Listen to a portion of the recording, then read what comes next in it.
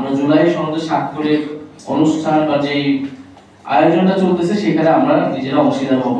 কিভাবে হবে এটার কর্তৃপক্ষ কি, এটা কোনো প্ল্যাটফর্ম কিন্তু থাকবে না। ফলে এই জায়গাগুলো স্পষ্ট করে ঐক্যমত কমিশনকে দায়িত্ব নিয়ে, সরকারকে দায়িত্ব নিয়ে সুরাহা করলে এটা সঠিকভাবে সমাধান হওয়া সম্ভব। কারণ আমরা সবাই এই কিছু মৌলিক জায়গায় ঐক্যমত হয়েছি যে আমাদের জুলাই সনদ লাগবে, যেখানে রাষ্ট্র সংস্কারের কিছু বিষয় থাকবে এবং এটার একটা আইনি ভিত্তি লাগবে। আইনি ভিত্তিটা অর্ডারের মাধ্যমে হবে, গণভোটের মাধ্যমে, এতটুকু জায়গাও আমরা কিন্তু ঐক্য জায়গায় চলে এসেছি। ফলে বাকি বিষয়টা আস্থার বিষয় এবং স্পষ্ট করার বিষয়, সেটার মাধ্যমে আমরা আসলে একটা জায়গায় পৌঁছতে পারবো বলে আমি মনে করছি। আচ্ছা, দুইটা প্রশ্ন একসাথে। যেটা বলেছি, আমাদের দলের পক্ষ থেকে বলেছিলাম যে জুলাই ঘোষণাপত্র আমাদের এবং জনগণের যে আকাঙ্ক্ষা ছিল সেটির সমগ্র প্রতিফলন ঘটাতে পারেনি। কিন্তু জুলাই সনদে অবশ্যই আমরা কোনো প্রকার কম্প্রোমাইজ করব না, ছাড় দেব না।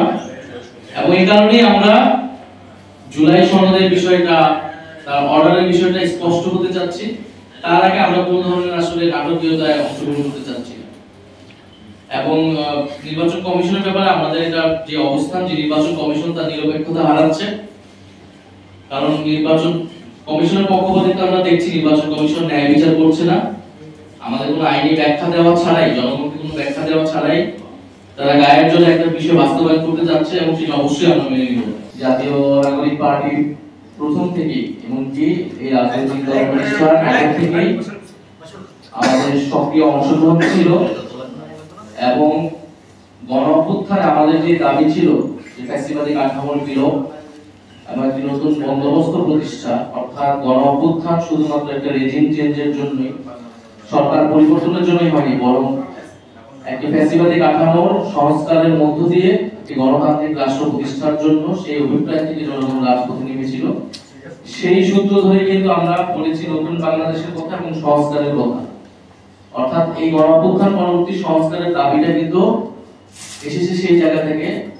ফলে আমরা যারা গণ অভ্যুত্থানে অংশগ্রহণ করেছিলাম এবং পরবর্তী সময়ে জাতীয় নাগরিক কমিটি, বৈষম্যবিরোধী ছাত্র আন্দোলন এবং জাতীয় নাগরিক পার্টি, আমরা এই পুরো প্রক্রিয়ার সাথে সবসময় ওতপ্রোতভাবে জড়িত ছিলাম। সর্বশেষ জুলাই সনদ প্রণয়নের কথা যখন আসলো, আমরা বলেছিলাম যে এটার একটা আইনি ভিত্তি দিতে হবে।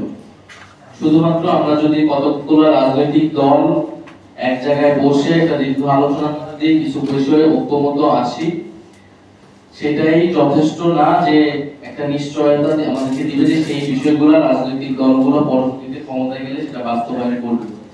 আমরা অতীতেও দেখেছি, 90 গণ অভ্যুত্থানের পরেও দেখেছি এই ঘটনাগুলো ঘটেনি। ফলে এই কারণে আমরা বলেছিলাম যে গণ অভ্যুত্থানের পরে জাতীয় ঐক্যমত্য কমিশনের যে প্রক্রিয়া, তারপরে আমরা যে আলোচনাটা হবে সেটা আসলে একটা আইনি ভিত্তি দিতে হবে। তো আগামীকাল যেই অনুষ্ঠানটা হতে যাচ্ছে,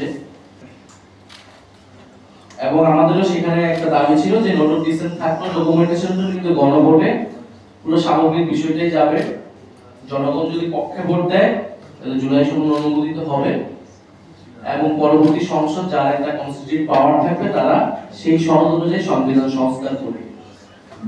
ফলে পুরো প্রক্রিয়ার মূল জায়গাটা থাকবে অর্ডার, যে অর্ডারের ভিত্তিতে, যে সাংবিধানিক আদেশের ভিত্তিতে এই গণভোট হবে এবং পুরো প্রক্রিয়া আগাবে। ফলে সেই জায়গায় আমরা বলেছি, গতকাল আমাদের সদস্য সচিবের নেতৃত্বে যখন প্রতিনিধি দল ঐক্যমত্য কমিশনে গিয়েছিল, তারাও বলেছেন, এর আগে আমরা অনানুষ্ঠানিকভাবে সরকারকে এবং ঐক্যমত্য কমিশনকে এটা জানিয়েছি যে শুধুমাত্র একটা আনুষ্ঠানিকতা করার প্রয়োজন নেই, বরং আমরা যেটা দেখেছি ঘোষণাপত্রের সময়, জুলাই ঘোষণাপত্রেও কিন্তু আমাদের দাবি ছিল এটা একটা আইনি ভিত্তি থাকবে, সেটা হয়নি। জুলাই ঘোষণাপত্রের যে টেক্সট, সেই টেক্সট নিয়ে কিন্তু এক ধরনের প্রতারণা করা হয়েছে।